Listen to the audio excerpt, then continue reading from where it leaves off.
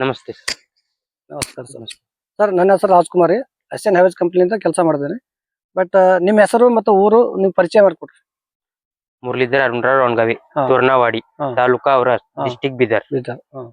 ಇದು ಕಂಪ್ನಿ ಯಾವ್ದು ವೆರೈಟಿ ಹಾಕಿರಿ? Highways 004 004 highways.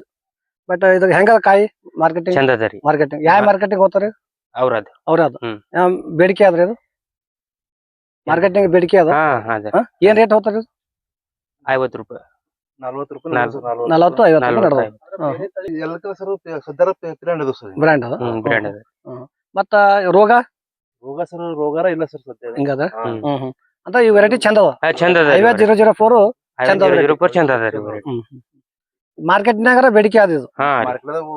ಕಂಬಳಕ್ಕೆ ಬೀಳುತ್ತೆ ಸರ್. ಹೌದಾ? ಈಗ ರೋಗ ಅಂತೂ ಕಮ್ಮಿ ಅದ. ಸರ್ ನಂಬರ್ 1 ಕ್ವಾಲಿಟಿ ಅದ ಸರ್.